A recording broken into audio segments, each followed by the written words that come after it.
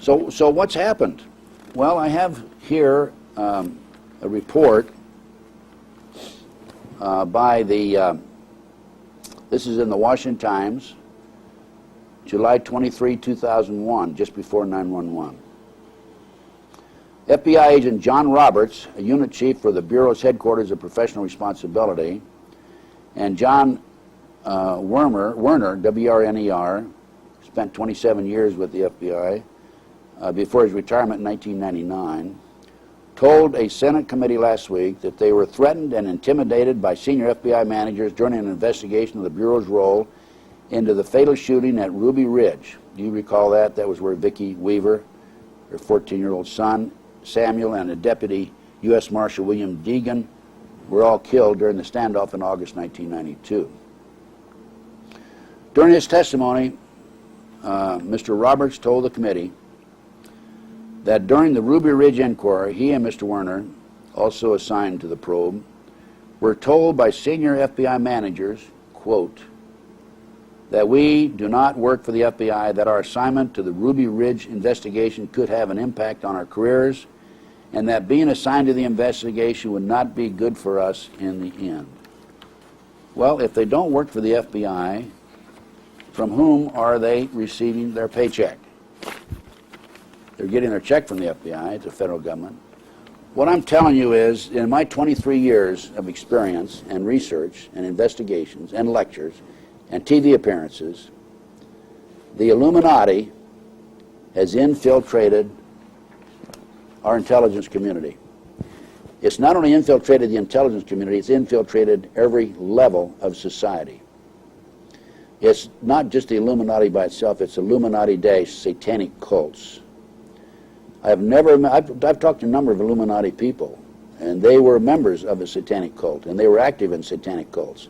The satanic cult problem in this country is serious, and it dovetails across the board with the drugs, pornography, prostitution, and other nefarious activity. In 1773, the Rothschild family commissioned a fellow named Adam Weishaupt to come up with the goals to take over the world. On May the 1st, it's Communist holiday, by the way, of 1776, Adam Weishaupt announced the 25 goals. And these goals were, number 8 was corrupt youth through sex and drugs. I'm not going to go through all of them because that's the subject of another lecture by me. I have a 4-hour lecture on the Illuminati that's available to you folks. The number 8th goal was to corrupt the youth through sex and drugs.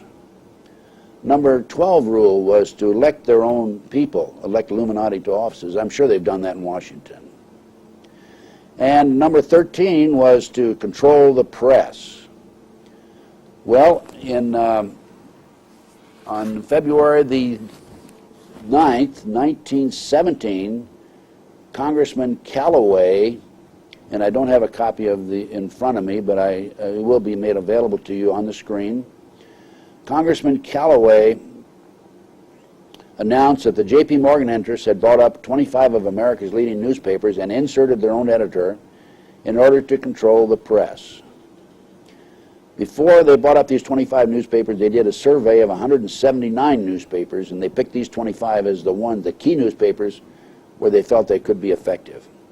And it has been effective. You're getting information from me today that you won't get from the mainstream media. Fortunately, there are a few press releases now and then that do corroborate what I'm telling you.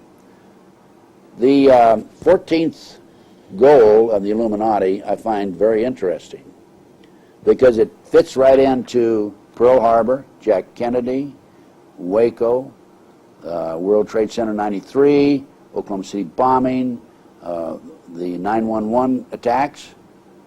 The 14th goal of the Illuminati is to create a crisis and then come in and pretend like you are the savior. And that's what's happened in order to pass the anti-terrorism legislation. The 17th goal promises to politicians, and the